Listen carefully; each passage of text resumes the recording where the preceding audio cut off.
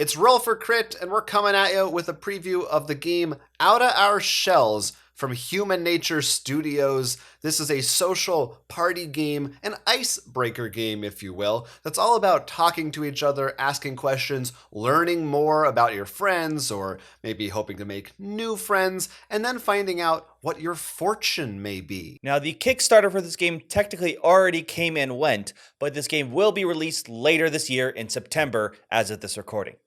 The way this game works is there are fortune cards, question cards, and cat and rat cards. At the start of the game, you're going to receive 3 of these fortunes that can be good or bad in different combinations, and throughout the game, you're going to be exchanging them to learn more silly fortunes you're going to get. Let's read 2, for example, a good and a bad one.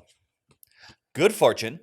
Within the next year, you will be asked to step in and teach a class for a friend. The students will love you and tell you that you are the best teacher they ever had. Not your That's friend. nice. Forget that person.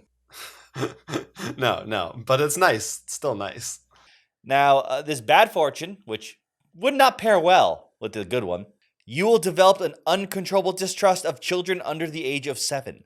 Whenever any get close to you, you will be easily startled and hiss at them. Something that I already do. Yeah, so is that really a fortune? Yeah, and then in my case, no. But for most people, you don't want that. After you answer your question, you're going to choose someone else to do some of these cat or rat cards. These cat and rat cards have pretty much would you rathers on the other side.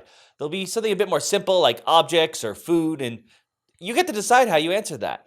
You're going to be asked one to the player you chose. They're then going to ask you, and you're going to go back and forth until you each have done 2. The trick here is once you ask, you're going to try to predict what they say. You get to keep the card if you're right. If not, it gets discarded. No big deal.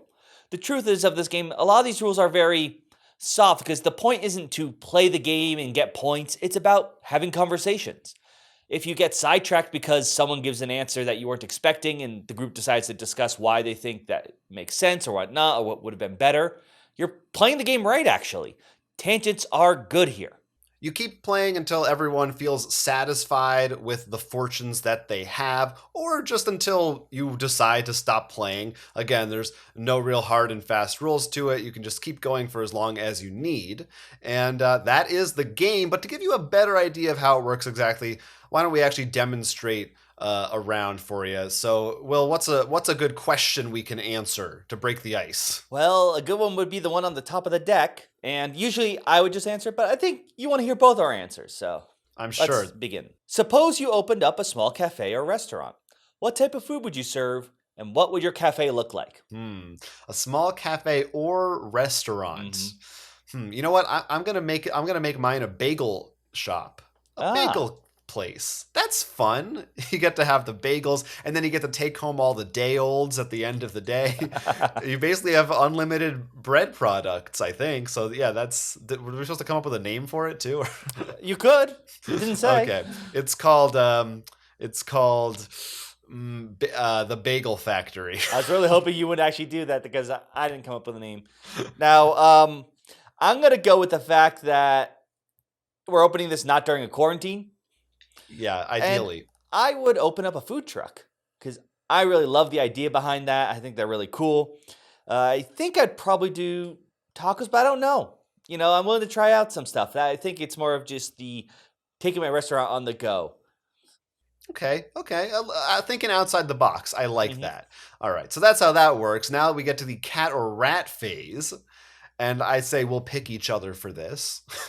Really? So, yeah, I think that's fair. So why don't you start? Pick 2 numbers between 1 and 3, and I will figure out which one you prefer. Let's go with 2 and 3. All right. Which would you prefer, my friend? To have the power of levitation or to have the power to transform into a cat? Animorph style. But just a cat. It's just specifically said a cat, yeah. Well, I am excited to play that new PS5 game when you play as a cat. I think I'm going to go with levitation on this one. Yeah, I would do that too. I mean, being a cat would be it would be kind of awesome, but I've always wanted, I don't need to fly. I just want to be able to just like hover. That would be the best. All right. I would like numbers 3 and 3 again. Ooh, all right. Which do you prefer? Travel agent or university professor? I guess it's like asking me which job would I rather have? Or maybe which kind of people you prefer? A travel agent or university professor? Yeah, I mean university professor. I mean I guess they can be a little pretentious, but but a good one, that's probably a good time. They're educated, they have something to talk about. I would enjoy being one and talking to one, I think. I think you would look very well in a little tweed jacket in front of a lecture hall. Yeah, as a little round, horn-rimmed glasses and whatnot. I think I could pull that look off. All right, so that's how the game works. You get the idea, I think. And like we said, it's a very loose set of rules, and we are playing with a preview copy, which I think is mostly intact, but they're adding more cards and I think some additional artwork and other things to the final version of the game. Yeah, I think some small typos too. I hope they catch the one that we found, which there was no hyphen in Spider-Man. Oh, that's very important. Yes, that's a note to the designers and creators if they're watching this and there's still time to fix that.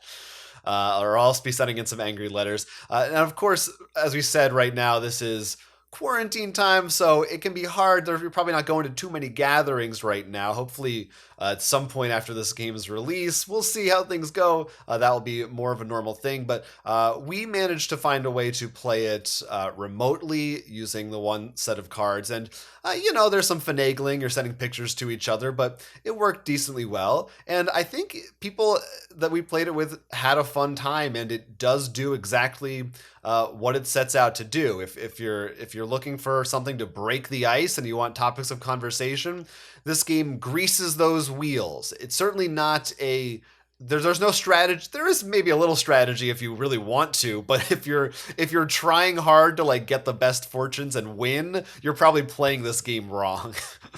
Yeah, I'm usually the kind of guy who likes to stay inside of his shell, and I'm not crazy about icebreakers, so I wasn't sure I was going to feel about this at first, but I really actually liked some of the conversations had. They weren't expected, and I know we went some really weird discussions about, I think, like chocolate ice cream and like, or chocolate. I remember I was shocked that you didn't choose a chocolate product. And you're like, no, it's because of this. And you go into the tangent, and they're interesting, I feel. It's sort of nice to have. It was a nice break from very strict, like, all right, roll the dice, get points, try to beat the other person, or the game scenario if it's cooperative.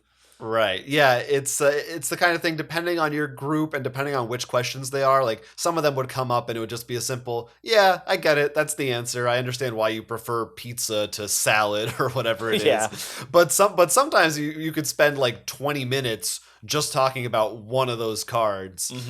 So yeah, if you I think it's a great thing to bring to a party, probably especially if you're hanging out with people you don't know as well. Or even if you do know them well, you can find things that you didn't expect about each other. I think one of my favorites, though, is when you ask someone the cat and rat, and it's pretty obvious they wouldn't like either. So it's just that awkward pause, and you're like, oh, and you just get to laugh about trying to guess which one you prefer. Which Olympic sport do I care about more than the other? In the case of our, the nerds that we play with, including ourselves. So again, the game is called Outta Our Shells, and it should be available sometime this fall. If you missed the Kickstarter, hopefully you'll be able to get your hands on it. It comes from the creator of other games, video games too, including Toe Jam and Earl. He also made a show for the Disney Channel. So like there's some cool creative stuff behind the scenes of this one. If it sounds like your kind of thing, stay tuned for it and let us know in the comments what would your food restaurant be? And do you want to be able to turn into a cat or levitate? I mean, we want to hear that from you. Let us know in the comments section. I'm Jonathan. I'm Will. And this was Roll for Crit. We want you to like and subscribe, and if you have the chance, take a look at our Patreon. Stay tuned to our channel for tons more tabletop gaming content. You don't want to miss it.